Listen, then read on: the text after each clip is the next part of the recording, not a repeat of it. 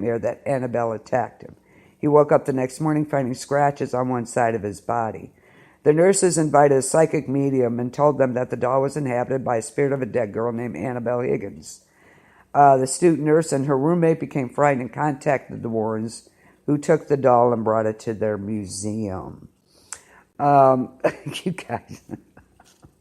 All right. Well, okay. I'm glad you told us that. But I think I'd spend the night with Annabelle. Okay, Tori, you're up. What else you got for us? I have several other things. Tori did the research on Annabelle, by the way. Thank you. That really spooked him about that darn Mickey Mouse thing. Chris, would you watch that video clip? Just wondering if you would. Would you watch that video clip of Mickey Mouse movie clip? Oh, the Gettysburg? Okay. Okay. This is the Battle of Gettysburg. He did send this information to me in case I couldn't get him on the phone, of course. Anyway, he did the research on this, of course. The Gettysburg rocks. People who visit the Gettysburg National Military Park should learn one thing. Would you watch it? Cool. If you do, I will.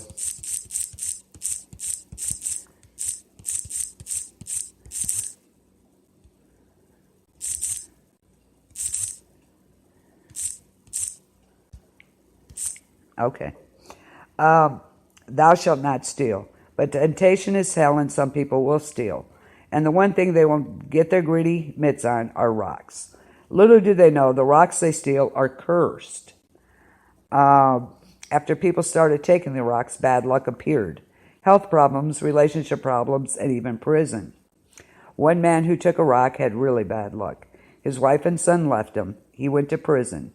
According to one of the park rangers, every few months they would receive a package containing the rocks people stole and a letter of apology, and asking the park to put the rocks back in their rightful places. Plus taking a Gettysburg rock is a $100 fine. You know, that makes sense to me. That place is, I'd love to go there at night and do a investigation. The spirits of all these men that died there. It was crazy how many did. And they are said to roam Gettysburg there. I would love to see that. Yes. Yes. That is the one. Yes, it is, Chris. Yes.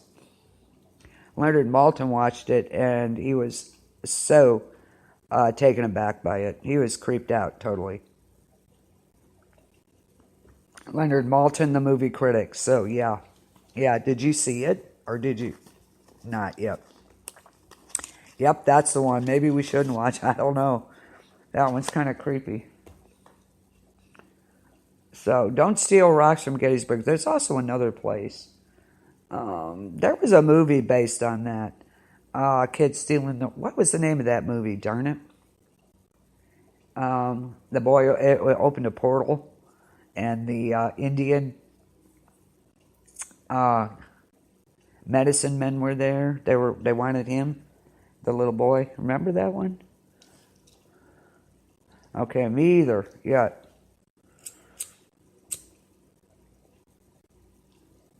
You remember that movie? He took it was about a boy, I think he was mute maybe, or he had autism, and he took the sacred stones off it almost looked like a sundial type thing where these rocks are on, and he took them, and bad things started happening.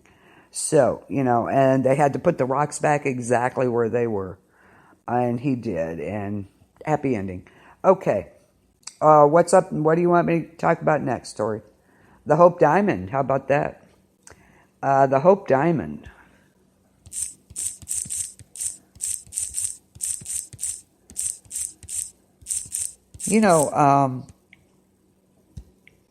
That Lorraine Warren is 91, bless her heart. I thought they were totally awesome as a couple. They were totally a force to be reckoned with. That I did know about John Zaffis, so I didn't know he was their nephew. I was like, what? No way. Of course, he followed in their footsteps, of course. So there you go. They say that diamonds are a girl's best friend. Well, yeah. However, the Hope Diamond is a diamond you probably don't want to be BFF with. Well, darn it. The blue 45 carat diamond, which is worth $250 million, has been known to give owners the worst of luck. It was removed from a temple in India by a priest. He then suffered a slow and agonizing death. When it was dug up in the 17th century, the person who found it and sold it to King Louis XIV of France was eaten alive by wild dogs. Ouch. And his wife Marie Antoinette were beheaded. King Louis XIV and his wife Marie Antoinette were beheaded, of course, during the French Revolution. The Hope Diamond is displayed in the Smithsonian Institute. Were there any strange things going on in the Smithsonian with that thing? Again, rocks. That's a rock. Don't bother the rocks. Absolutely not. What do you want? What's next, Tori?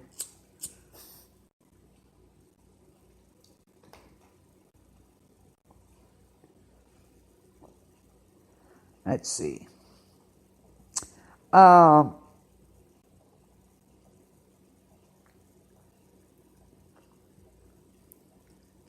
Let's talk about a painting. It's called Hands Resist Him. Hands Resist Him is a painting created by artist Bill Stoneham in 1972. It shows a young boy and a female doll standing behind a glass-paneled door. The painting shows a bunch of hands pressed against the glass. The painting is also known as the eBay Haunted painting. The boy in the painting is based on a photograph of the artist himself at age 5. Owners who own this painting have said that the boy and the doll would move and switch places. Others say that the boy and the doll would disappear from the painting. Stoneham said that an art gallery owner and an art critic who came in contact with the painting both died within 1 year. Ooh, interesting. Okay, well, that was good. Good. Oh, that's a good thing. Glad you did.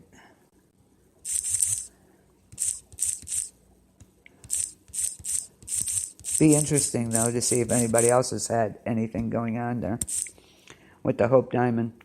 So that's the Hands Resist Him. Oh, that's kind of creepy. That's kind of creepy. Here's another one he did research on. Taboo. It's a Sixth Sense Nintendo game. It was Taboo. The Sixth Sense was a 1998 Nintendo game. The game's concept was predicting the player's future by using a deck of tarot cards. You don't mess with tarot cards, guys, or Ouija boards. Once the player entered the name and age, the tarot deck would begin reading. And here's where it gets spooky. The game predicted the deaths of some players who actually died. And this led to the game being pulled off the shelves and taken off the market. Oh, that is creepy, creepy.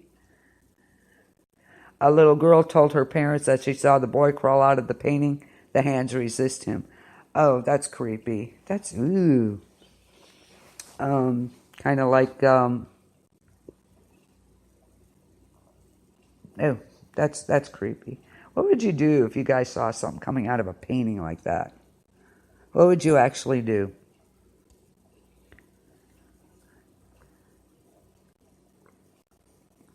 I'd probably freeze up, actually. I probably would. That's creepy. See, don't mess with tarot cards or Ouija boards or anything like that. If they're not for you, then don't do it. I wonder. Wow.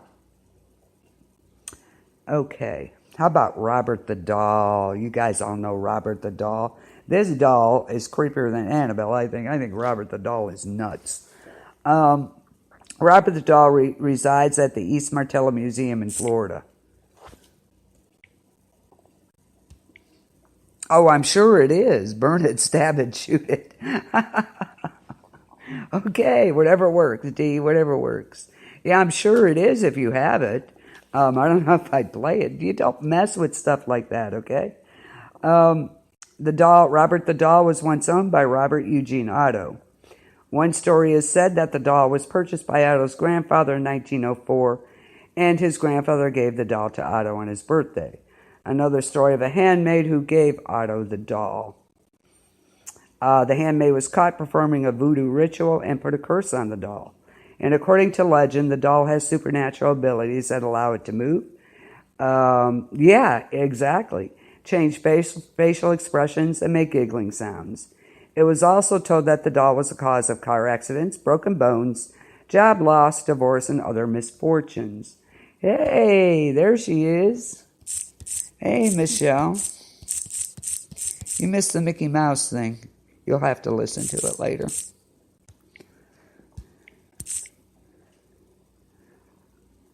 Oh, did you? Oh, my God. Did you play it after that, Dee? Oh, holy cow. Hello, Clarice. I love it. Did you play it after that? After you found out about it, Dee? Or what? Anyway, Robert the doll, job loss, other misfortunes. When people meet Robert the doll at the museum, they must ask him permission if they could take a picture of him or with him. It's said if you see Robert slowly nodding his head, that means you're allowed to take a picture. The museum will also receive letters from those who didn't ask for permission. For those who didn't, they received bad luck. Though the letters are mailed to the museum, they're actually for Robert the doll, apologizing for not asking permission. The museum has a monitor and shows all the letters of apologies to Robert. There are many stuffed replicas of Robert the doll in the museum's gift shop. Oh, did you ever... Oops. Now you know. You want to know about things, this is a place to be. That's why they pulled it off. Did you wonder why they pulled it? There you go. Can you imagine asking Robert the doll for permission? I mean, seriously.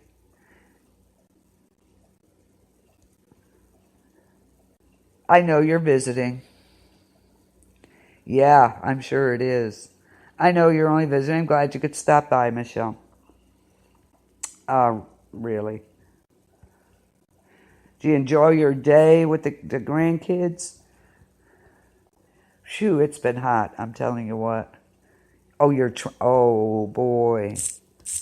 Oh, boy. So much fun. Lucky you. Oh, okay. You didn't own it. Thank God for that.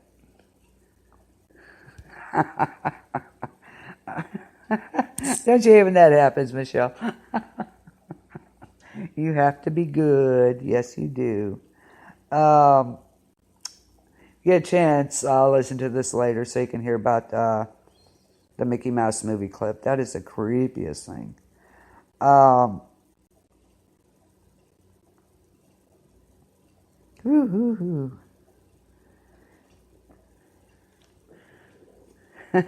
Good luck with that.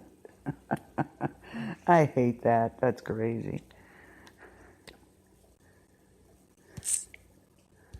Just a little.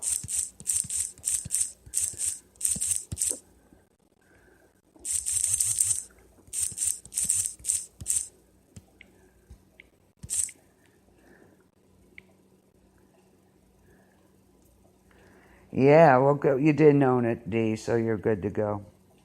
You're good to go.